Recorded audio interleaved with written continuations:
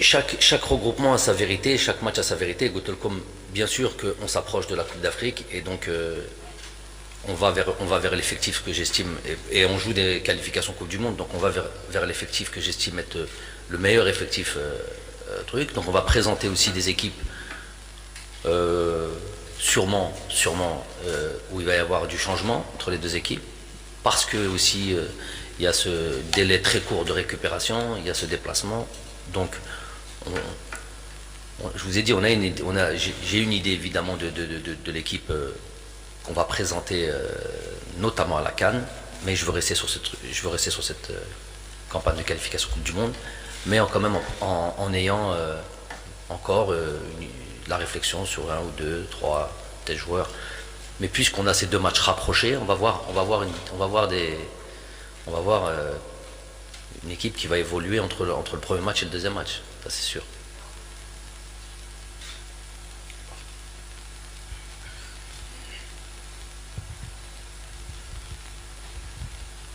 كوتش رانيا علواش صحفية قناة زد نيوز. بالنسبة للاعب بن ناصر وبالنظر للتدريبات المكثفة التي يقوم بها، هل سيتمكن من اللحاق بالكان؟ والسؤال الثاني بخصوص هل يمكن أن نرى عودة مبولحي بالليلي إلى قائمة الكان كوت ديفوار بالنظر للخبرة التي يمتلكونها في الملاعب الإفريقية؟ إسماعيل بن ناصر عنده إصابة جعل التمارين مازال مش مجموعة تمارين خاصة دونك aucune ما نجموش نديروا الحساب عليه. S'il est disponible d'ici le mois d'ici la CAN, eh ben, ça sera une bonne nouvelle pour le groupe. Il faudra voir dans quelles conditions il sera. Mais on part du principe qu'il a eu une blessure assez importante où لازم نخدمه bien sûr. L'élément important de l'équipe nationale d'Algérie, je l'ai toujours dit, c'est l'équipe nationale en elle-même. Donc on se fait pas d'illusions. Il a يكون جاهز في هذا الوقت. On portera la réflexion. Pour les joueurs dont vous avez dit, Mbolhi, il reprend à peine la compétition. Il en est à son troisième match, notamment hier contre l'USMA, avant-hier contre l'USMA. Donc avant ça, il avait fait deux matchs de Ligue des Champions. Donc c'est avec cette période, ce break qu'il y a eu là avec dans le championnat, ça arrange pas les choses. Mais bon, je pense que maintenant les matchs vont s'enchaîner. Il va y avoir de la Champions League au mois de décembre, je crois 4 matchs ou 5 matchs de Champions League pour Aïssa, pour le CRB. Donc voilà, ça va être les matchs qui vont nous dire comment il évolue et la compétition. Donc on va attendre. Après pour Youssef Blaili, c'est la même chose. Vous m'avez cité qui encore? Qui vous avez cité encore? Blaili ou Zidi? Brahimi. Brahimi? Bark. Ok. C'est une autre question. Bon, je vais élargir la. Moi, ce que je peux vous dire par rapport à tous ces joueurs.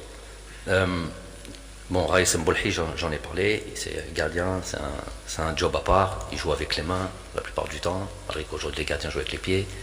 J'ai l'habitude de chambrer les gardiens en leur disant vous faites un sport différent. Bon, je vous ai parlé de Raïs. Pour ce qui est des autres joueurs, j'aimerais que la réflexion, parce que j'entends ce qui se dit, évidemment, et j'aimerais que la réflexion elle soit un peu plus, soit honnête, quand j'estime qu'elle est pas honnête, soit plus précise, quand les gens sont sincères. Quand vous présentez un joueur, il faut toujours le mettre, toujours, surtout que là on va être dans une liste de 23, il y a 3 gardiens de but et tous les autres postes sont doublés. Donc quand vous parlez d'un joueur, il faut tout de suite le mettre en comparaison avec le joueur qui est déjà sélectionné. Par exemple, si vous citez par exemple Blaili, ou si vous citez Brahimi, déjà eux deux sont déjà en concurrence. Ils jouent les deux au même poste, uniquement à ce poste d'ailleurs.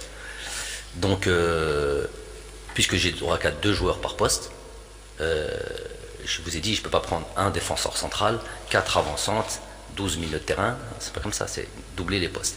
Si vous me parlez de Blaili Brahimi, ils sont déjà les deux en concurrence.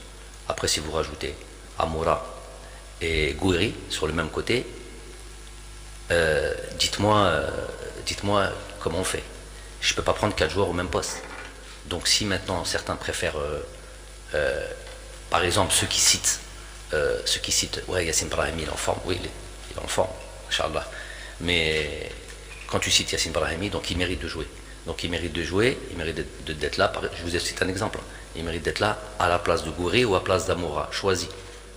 Donc maintenant, en tant que commentateur de l'équipe nationale, tout commentateur qu'il soit, plateau, journaliste, tout, quand il cite Brahimi, il faut de suite qu'ils disent je préfère Brahimi à Gouiri, je préfère Brahimi à Amoura. C'est comme ça qu'il doit parler. S'il ne parle pas comme ça, c'est qu'il est en train de tricher. C'est qu'il veut juste mettre des noms comme ça, où elle a belle l'intention qu'il y a derrière.